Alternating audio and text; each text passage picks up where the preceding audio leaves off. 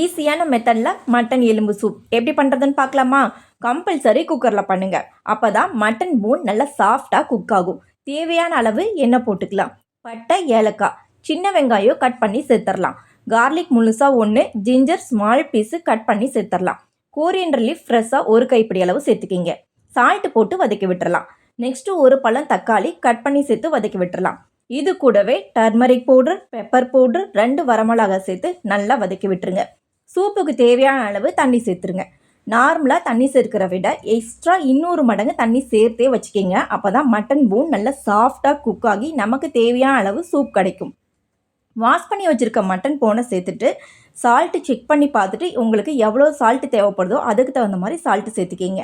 நல்லா ஒரு மிக்ஸ் மட்டும் பண்ணிவிட்டு குக்கர் க்ளோஸ் பண்ணிடலாம். ஃபஸ்ட்டு 1 விசில் வந்த பிறகு ஸ்டவ்வை லோ ஃப்ளேமில் வச்சுட்டு ஒரு 8 விசில் விட்டுருங்க. மட்டன் போன் நல்லா சாஃப்டாக ஜூஸியாக அவ்வளோ சூப்பராக இருக்கும். எந்த மாதிரி சாப்பிட்டா உங்களுக்கு பிடிக்குமோ அப்படி சாப்பிடுங்க.